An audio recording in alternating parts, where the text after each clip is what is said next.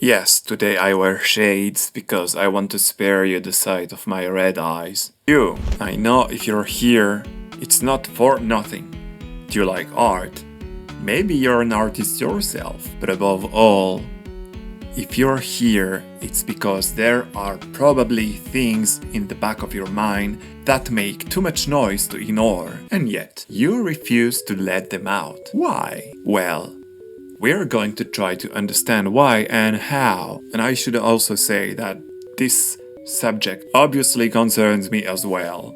Art is often presented as a means of free and personal expression, especially since the mid-19th century.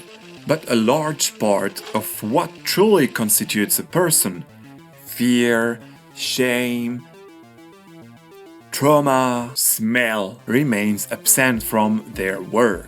Does what the artist avoids, consciously or not, influence their work? And is it necessary to confront these areas? Let's explore together.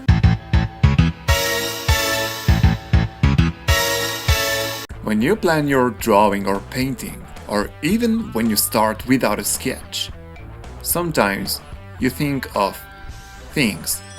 You see them in your mind, or you simply feel them, or both at the same time. It doesn't happen all the time, but when it does, it gives you a strange feeling. And maybe you tell yourself one day, I'll have to put this down on the canvas. but for now you avoid it. But here's what happens.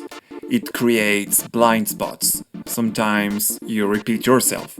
In any case, you stay in a safe space. By that I don't mean safe in a technical sense. It has nothing to do with stepping out your visual comfort zone, although thinking about it, it could be. But when you unconsciously avoid certain subjects, your work starts to suffer from a lack of real tension. There is something generic, a feeling of emptiness or artificiality, like a facade, if I may say so. However, if you look closely, what the artist's hand refuses does not disappear through absence. It still influences indirectly. I'll give you an example. Let's say there's something you bury deep inside, and when you draw, instead of drawing that thing, you draw a castle or teeth. Whatever you want. And that castle keeps coming back every time that thought approaches the surface. This is how repressing a thought in the real world of an immaterial idea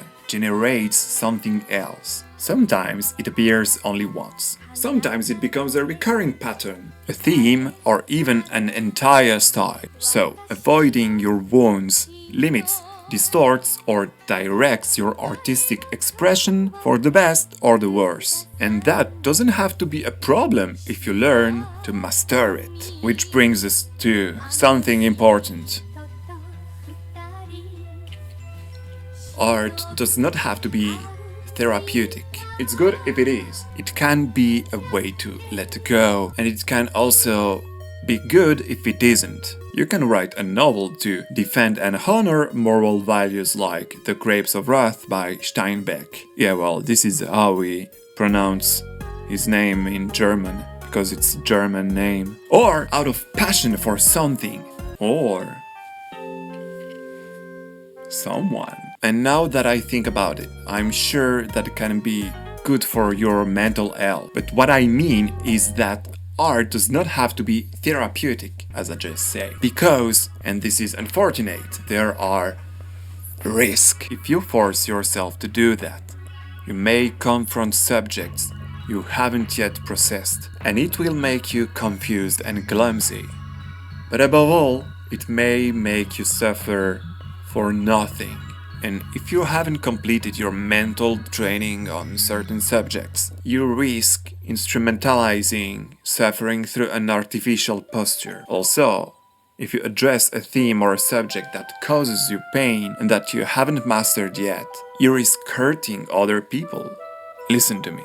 Virgil could not have guided Dante through the 9 circles of hell in the way to paradise if he had not already been there himself first. Remember this. If you're not out of the tunnel, you cannot guide others out of it. If Virgil and Dante don't mean anything to you, they are characters from the Divine Comedy, a poem by Dante Alighieri in which he portrays himself and is guided by Virgil because Virgil already knows the path, and that is exactly the problem. If you explore a subject you do not yet understand fully, you are not guiding. You are getting lost. That doesn't mean you should stop creating, because the meditative state you often enter when painting or drawing is in itself somewhat therapeutic, but it's more like a long-term cure. Also, your art doesn't have to be generic just because you avoid painful subjects. Some powerful works are not based on the personal self, but on form, concept, or perspective. Look at Yayoi-sama. She doesn't tell a direct story. She simply places dots everywhere, and it works because it is a structural obsession. And take the film Idiocracy. It is not an intimate film, but a clear point of view about a feeling shared by many people, or at least I hope you share that feeling. Above all, its coherence is what gives it strength, even if it's absurdist. Depth does not have to mean personal exposure. It can be, yes, but it is not required. The art you create can also be a humanist thought full of empathy toward the world. I know I'm using big words, but if you look closely, people involved in charity work helping prostitutes and homeless people have not all been prostitutes and homeless themselves. They're simply driven by love. So it opens up a way of thinking, and at the same time it encourages creative freedom. I'm speaking a bit about myself. I feel like I don't let myself go enough when I paint. It feels too much like a model student approach. Even though I never really liked those damn slaughterhouse talking about school. Next, you have to understand that the goal, especially if you relate to this, is not to show these wounds, but to stop systematically avoiding them. No need to confront them directly, but at least accept their existence, first through exploration in private. You don't need to show it to the world, and especially through indirect and intentional means, maybe through symbols, atmosphere, visual choices, whatever you find aesthetic, mysterious, or meaningful. From that, you create a visual hierarchy. One element may take more space in your composition or music, another less, but be more visible. It should remain indirect in any case, to protect you from yourself. No need to force it or rush it. As Bruce Lee said, if you pour water into a cup, it becomes the cup. Be like water, my friend. And I'll add this. If the USA never beat the USSR in ice hockey, it's because they were trained by a figure skater, while the USA team was trained by Johnny Truck. Okay, I have no idea about Johnny Truck. I just made it up. But what matters in this, in life, you must be fluid, flexible, while remaining strong and tonic. When you approach a subject that affects you deeply, you must allow yourself to be elastic, and it brings benefits. You develop coherence and authenticity. I should clarify that you don't necessarily have to take into account the painting I have in the background. And it also expands to your creative field. Everything you integrate, even silently, enriches your work.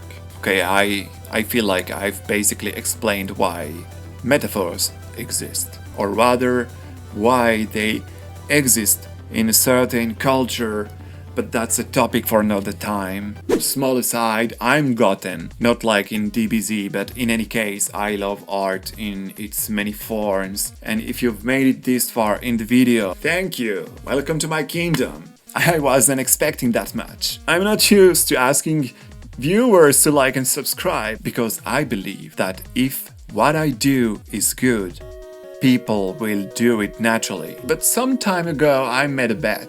I bet this channel would reach 1,000 subscribers before 2027. So what I suggest is that you come back later to see if it's moving forward or not. And now back to the topic. What you should remember is that what you refuse to face shapes your work despite you. But it also shows that exploring these sensitive areas is not a moral obligation, but a potential lever that can lead you to new artistic worlds. In the end, doesn't even matter. The question is less, what should I show, than what am I still refusing to look at? And at the end, what I think is, you never really heal. You live with it, you endure it, until you tame it and it becomes yours. Now what do I see? The painting is finished. By the way, it's oil on cardboard canvas. There is no particular story behind this painting as far as I want to reveal for now, but it belongs to a series I called Stripes Revival. Pretty imaginative, yeah, isn't it? Wondering why Revival? Because I had already made a Stripe series way before, which gives me an idea.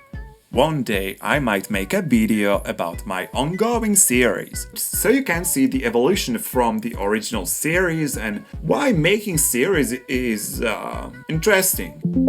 What? If you want something to play in the background while you paint or draw or fab, I suggest this video where I talk about skill transfer between fighting games and artistic practice. See ya!